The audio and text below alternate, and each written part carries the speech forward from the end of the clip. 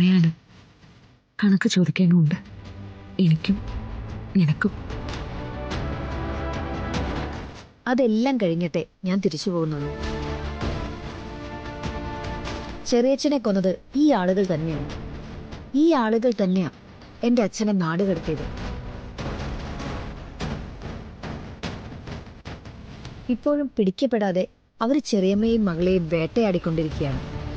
ഞാൻ ഈ വരവ് വന്നത് വരുണിനെയും രാധികയെയും മോചിപ്പിക്കാൻ വേണ്ടി മാത്രമല്ല, നമ്മുടെ എല്ലാം പൊതുശത്രുവായ ഐശ്വര്യയോട് കണക്ക് ചോദിക്കാൻ കൂടി വേണ്ടിയാണ്. അത് പൂർത്തിയാക്കിയിട്ടേ ഞാൻ മടങ്ങൂ. അത് അമ്മയോട് ഞാൻ പറഞ്ഞിരിക്കുന്ന വാക്കാ. ഇനി നീ ഉണ്ടാവണം എന്റെ രാധിക മോൾക്ക് കൂട്ടായിട്ട്. ഉണ്ടാവും ചെറിയമ്മ. ചെറിയമ്മയുടെ മോൾക്ക് കാവലായിട്ട് ഈ ശ്രീകുട്ടി ഉണ്ടാവും.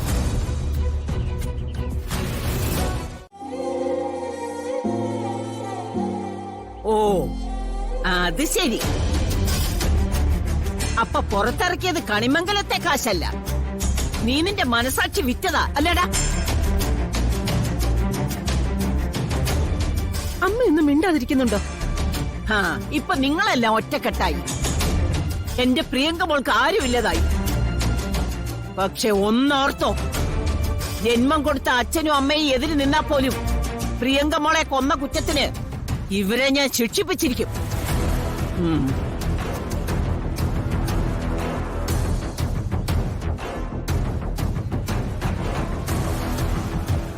അച്ഛാ, ഇത്തരം ഒരു സാഹചര്യത്തിലല്ല തുറന്നു പറയേണ്ടതെന്ന് എനിക്കറിയാം.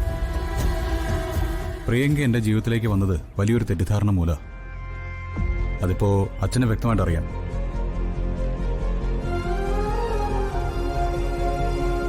ഞാൻ ഇയാൾക്ക് കൊടുത്ത സ്നേഹവും ഞാൻ ഇയാളുടെ കഴുത്തിൽ കെട്ടിയ താലിയും ഒരിക്കലും എനിക്ക് മറക്കാൻ പറ്റില്ല.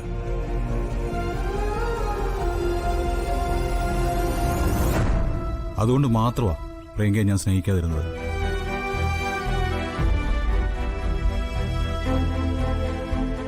എന്റെ ജീവിതത്തിൽ നിന്ന് ഒഴിഞ്ഞു പോകാൻ ഞാൻ പല വട്ടം പറഞ്ഞിട്ടുണ്ട്. പക്ഷേ അയാൾ സ്വയം ഇല്ലാതാകുന്നതിനെക്കുറിച്ചോ ആരെങ്കിലും ഇല്ലാതാക്കുന്നതിനെക്കുറിച്ചോ ഒരിക്കലും ഞാൻ ചിന്തിച്ചിട്ടില്ല. യാഥാർത്ഥ്യങ്ങൾ അല്പം വൈകിയാ മനസ്സിലായത്. അതിന്റെ പരിഹാരത്തിനായി ഞാൻ ശ്രമിക്കുകയും ചെയ്തു. ഇതൊക്കെ ഒന്ന് കഴിഞ്ഞിട്ട് കണിമംഗലത്ത് ഞാൻ അച്ഛനെ കാണാൻ വരുന്നുണ്ട്.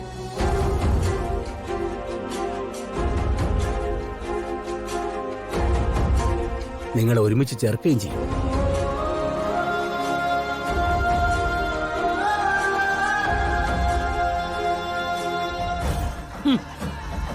അങ്ങനെ ഒരു വിവാഹം നീ നടത്തില്ല ദേവ. അതിനു മുമ്പ് ഇവിടെ ഞാൻ കൊന്നിരിക്കും.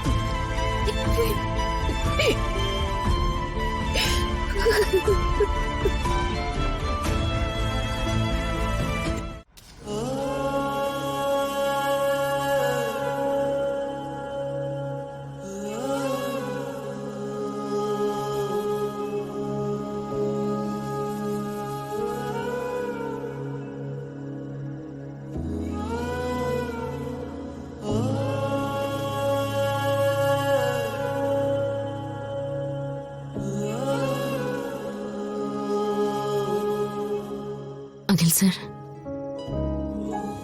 കണ്ടോ നമ്മുടെ ശ്രീകുട്ടിയെ? നമ്മുടെ മോളെ രക്ഷിക്കാൻ വേണ്ടി ഞാൻ വിളിച്ചപ്പോ ഓടി വന്നതാ. ഇവളുടെ കടമ ഇവള് ചെയ്തു. ഒരു ചേച്ചിയുടെ സ്ഥാനത്തുനിന്ന് ഇവള് നമ്മുടെ മോളെ രക്ഷിച്ചു.